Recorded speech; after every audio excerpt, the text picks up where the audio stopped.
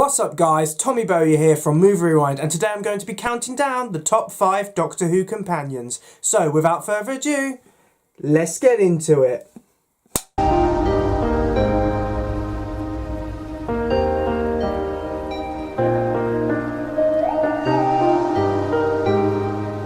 The companion to the Doctor is one of the most essential components to the programme because they act as the audience's surrogate.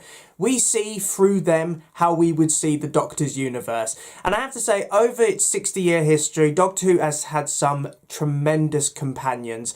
So I thought it'd be a good idea to rank my personal top 5 companions of all time. Now, a few disclaimers before we get into this video. Firstly, this is my opinion.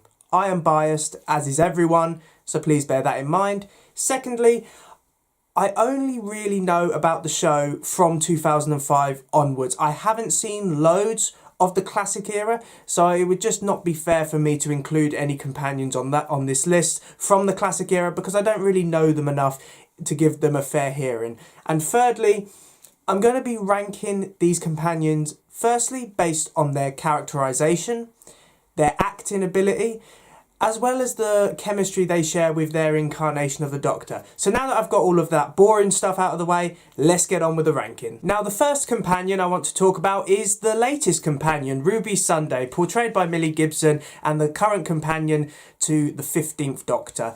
Now, for me, Ruby was a breath of fresh air and returned to form for a companion for Doctor Who. Now, I have been very open about my dislike of the Chibnall era companions. I found them very bland, very boring, quite unlikable at times. With Ruby, it was the polar opposite of that. I liked her from the moment Millie Gibson was announced as the new companion in that Children in Need special. And I think she's just a down-to-earth, relatable companion. Now, I'm going to be honest, her series arc with her mother and it turning out that her mother was just some random person and she was of no significance really in the grand scheme of things was a little bit of a letdown.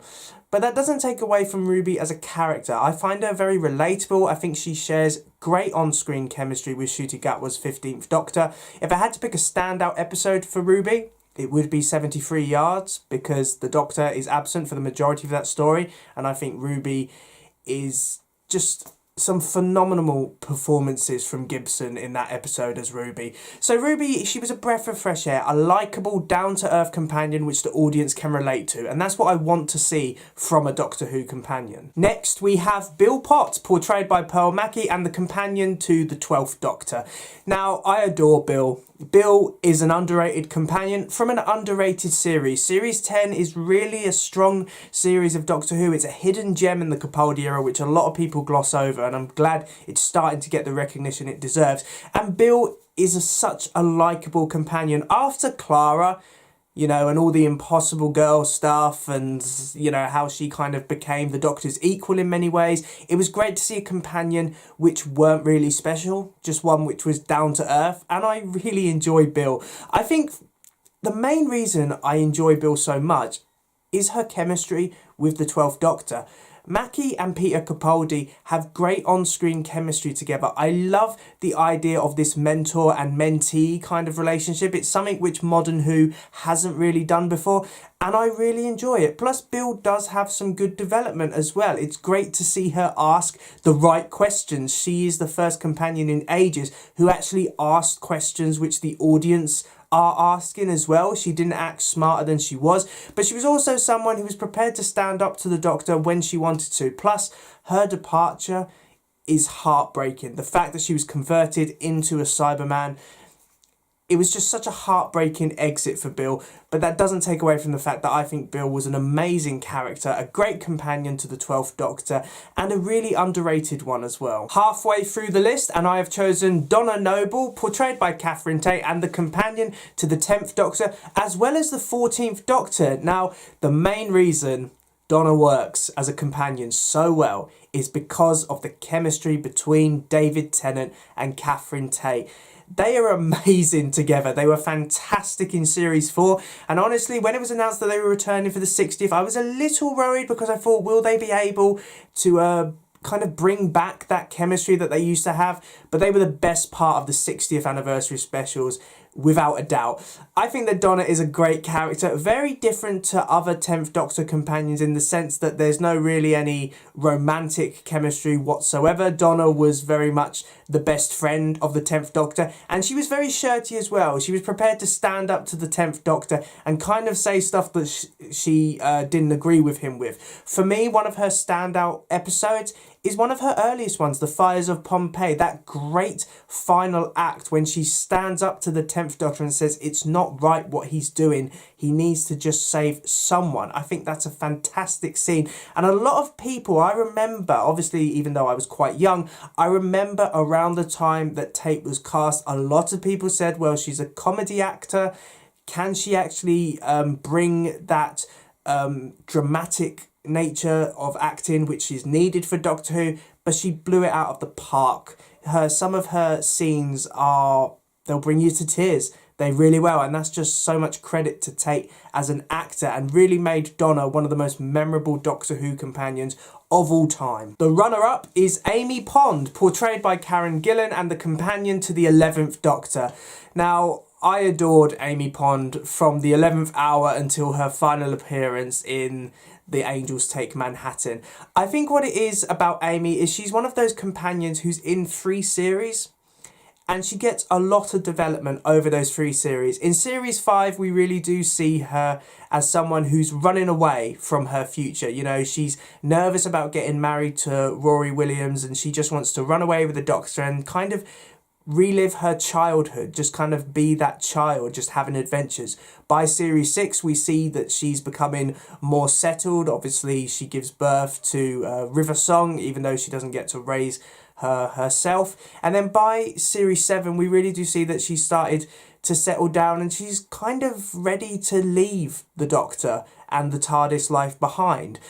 I think that Amy is a great character, a very funny character, a very strong character, someone who will always stand up for what she believes in, and she's not afraid to tell the Doctor if she thinks that he is wrong. I always remember Stephen Moffat saying that he chose Gillan for the role because he said that Karen Gillan and Matt Smith's chemistry was electric when they auditioned together. And it's fair to say, I would say that's true. They really do have great on-screen chemistry, and that makes that TARDIS team work, especially the inclusion of Rory as well. Arthur Darvill was a great addition, and it's one of the rare occasions where you have 3 people inside the TARDIS, and it works very well. I always remember Amy's final scenes in The Angels Take Manhattan. It brought me to tears. It was such a tragic end to that character and her relationship with the Doctor. And I have to say, even though I enjoyed Clara with the 11th Doctor, it was Amy who was the 11th Doctor's true companion, because they were just that brother and sister bond that they seemed to have. It was just unbreakable. And my favourite companion is Rose Tyler, portrayed by Billie Piper, and the companion to the 9th and 10th Doctors. Now, I'm being very biased here, because I started watching Doctor Who around the end of Series 1, and Series 2 was the first full series I watched. So Rose was my first companion, and I think anyone who watches Doctor Who kind of has a connection to their first companion, because you're seeing the Doctor's world through that companion. And Rose was brilliant. She was down to earth. She was normal. She was a character who was flawed. She didn't always do the right thing, but she also grew as a person over her travels with the Doctor. Now, I really enjoyed her in Series 1. I thought she had great development. I loved her chemistry with Christopher Eccleston's 9th Doctor. I think they worked really well. But for me, it was her and David Tennant's 10th Doctor which were the best combination. Now, I know a lot of people criticise Series 2 because they say there's too much chemistry there, you know, there's too much of a romantic tone to their relationship, and that's not right. I can't help it. I think it's brilliant. It's one of the only Doctor companion relationships which I actually would be rooting for. I think the 10th Doctor genuinely loved Rose, and Rose obviously loved him. So those two really did work together, and I love rewatching Series 2 and seeing them flirt through several episodes. I think that's just great. Plus, their departure, when Rose has to say goodbye to the Doctor on Bad Wolf Bay, is so emotional. I would say the most emotional moment in Doctor Who's 60-year history. I know that's a very bold statement, but I honestly would say that it was such a fantastic and tragic departure for Rose Tyler.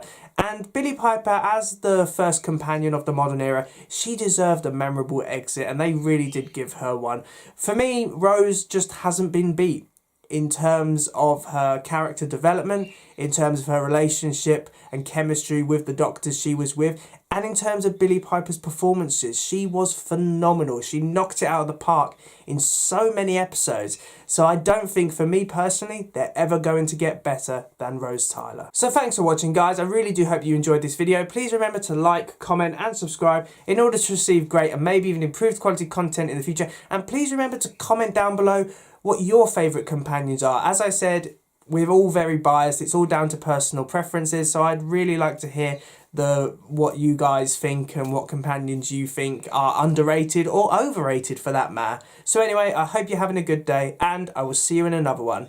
See ya!